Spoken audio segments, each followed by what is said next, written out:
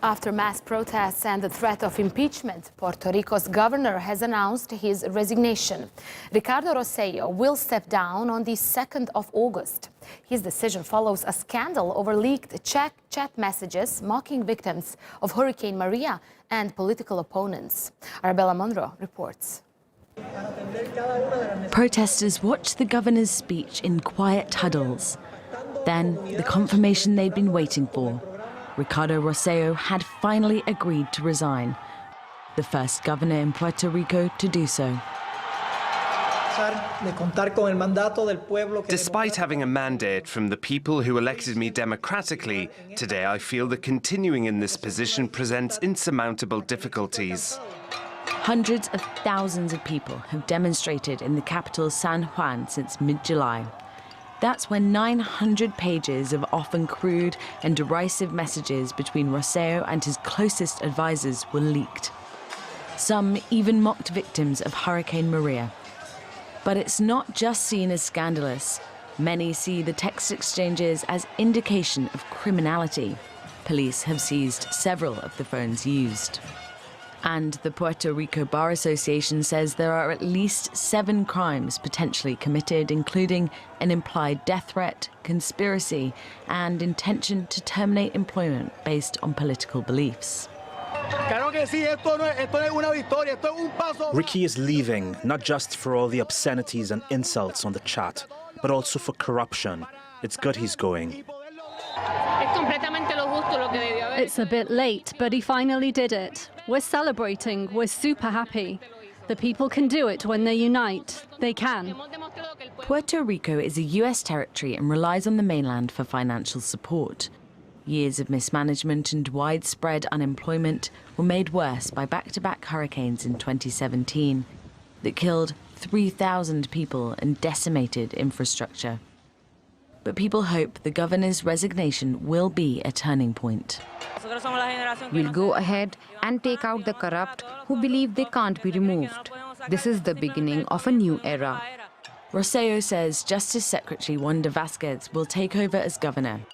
But many demonstrators say she'll be more of the same, and they'll keep pushing for big changes. Arabella Monroe, TRT World.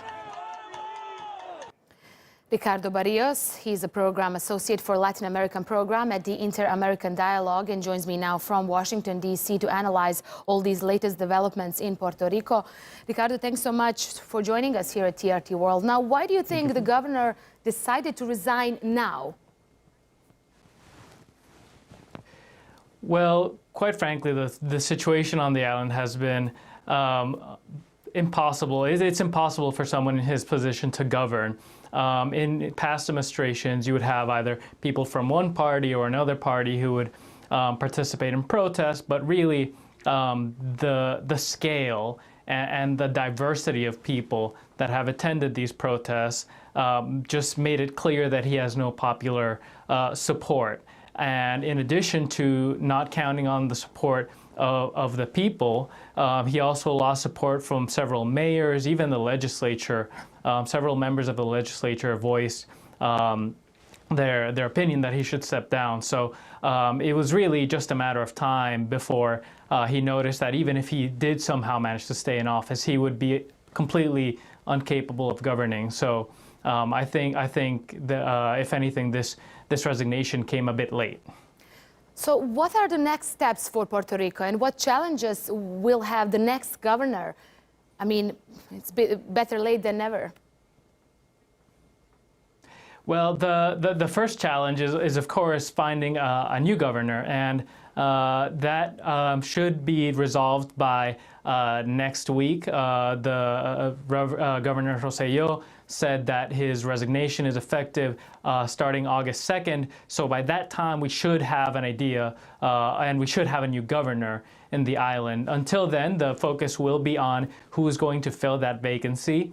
And most people are pointing to the Secretary of Justice, Wanda Vazquez, who is, according to the Constitution, the next sitting official that would be in line for succession, but there's still the question about a potential Secretary of State. Right now, the Secretary of State position is vacant, but if Rossello and his PNP party managed to find and confirm a new Secretary of State, then it would be another person who has yet not been clarified. So that's going to be the main focus over the coming week. But of course, once that's settled, then there's still the issue of the island's debt.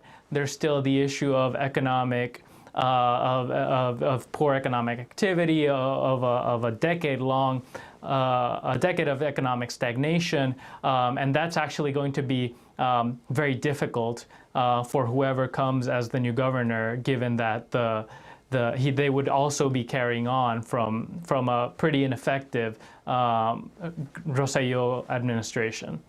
Ricardo Barrios, a program associate for Latin American program at the Inter-American Dialogue. Thanks so much for your insight for us here at TRT World.